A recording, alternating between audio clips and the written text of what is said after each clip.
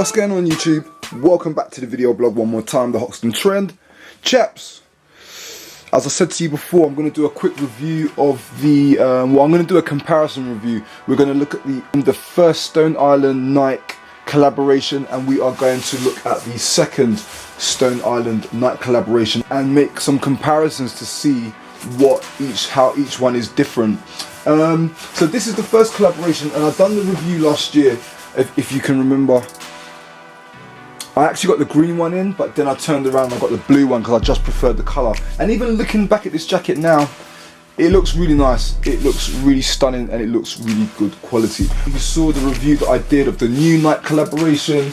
It's the Membrana TLC jacket, which is right here. I've done the review and I broke it down, looking at all the different Stone Island technologies. So one of the first things I want to look at is, because I was looking at earlier on, is the zips. Remember on the video I just did, I had a bit of a moan about the zips, and you can see there, we look at the older Stone Island collaboration, they are using better quality zips. They're using the YKK Vislon zips. Remember I was saying that the zips have different qualities. I think this is like their entry level zip that they've used on the new collaboration, as you can see right here.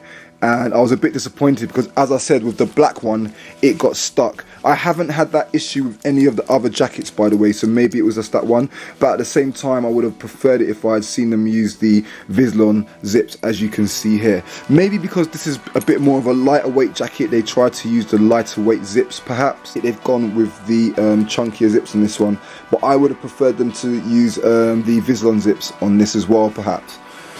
So that's one of the things that I noticed. Second thing that we noticed, obviously, is the thickness in materials. So this jacket has Primaloft inside, so it's got insulation inside, which keeps the jacket extra warm. Obviously with this one, there's no insulation inside this jacket whatsoever. Now, is this meant to be an autumn winter jacket? Because this came out in, this is an autumn winter jacket. This has just come out now, which makes me to believe it's a kind of an autumn winter jacket. So I don't know, man. This is obviously a lot thinner than this one. What they should have done is they should have probably have released this in the spring summer maybe, and made it more like a spring summer jacket in the early spring when it's still raining a little bit. This would have been ideal. But again, going back to the price, this one's $550 and this one over here was $675. It's very, very expensive at $700, man. Again, on the last video I said I didn't think this was worth $700 on this Stone Island jacket right here, but at least on this one I could see much more of the quality and materials that they're using. That's the sign there for the Primaloft, so that we can see that there's Primaloft inside this jacket. So because of the thickness on the weight, this jacket was really very nice. It's also using nylon metal there, as we can see, which is a really nice waterproof, wind resistant material with anti-drop finish. And they're using the Masala Gomata material here on the top of the jacket. We've also got this really nice kind of cotton going all the way through, this cotton band that's going all the way through, which separates the two fabrics, which is quite nice. And of course we've got the hood there with the little peak at the top. I just feel with this jacket there's a lot more detail in this one. There's a lot more detail going in there. Even the way that they had the little neck hanger there, which was quite nice. I thought that was a nice touch. This jacket here, we look on the inside, again, you saw the review, it's using two of Stone Island's materials. Now some people might think these are not the most expensive of Stone Island's materials, the Membrana. I think typically the normal Membrana Stone Island jackets are around $200, $350, $200, $300, $350, something like that. So it's not that, you know, these jackets are not usually the most expensive, whereas the jackets that are using stuff like the Masala Gomata material tend to be a little bit more expensive. Now this Masala Gomata, I can't remember now, but I think this is using some type of wax cotton or something on the inside. The material anyway is very, very special. Very nice material, anti-drop finish, wind resistant, and it's used in a lot of Stone Island jackets. Again, you look at the cuffs there, you can see that there's some detail there. We've got some double cuffs in there, so that's nice. This cotton elastic bit.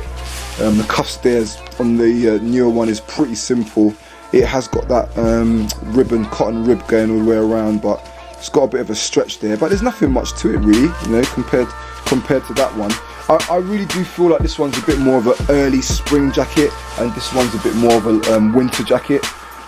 The price difference on this was $675, this was $550, so We're talking about £125 difference. I think this should have been a lot more cheaper.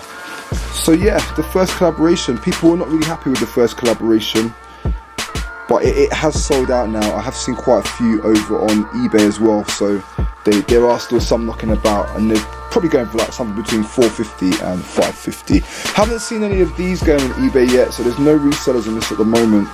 I can't see these going for very much if someone was to put them up on eBay. I don't think the resale on this is going to be very high, to be honest with you. So yeah, that's the comparison basically. I don't think there's anything much more to report on that. I think what I did like about this jacket as well is when they put the Nike sign over there, it kind of blended in with the jacket, so you didn't really see it too much, so it was a little bit covered. I think that would have been nice. I think someone mentioned that it would have been nice to see on these jackets if they used like a ghost badge or made the badge the same colour as the material. I think that would have been a wicked idea, and it probably would have been a good idea to do it on this one as well. So guys, that's it man, really quick comparison of the two jackets. I hope you found that informative. I hope you found that useful. Again, lots more videos coming for you guys, so stay tuned, okay? That one's that for the minute. I'm going to catch you lot in a bit. Sun's shining, I'm going to go to the park, do a little bit of filming. Catch you lot in a bit. Peace out.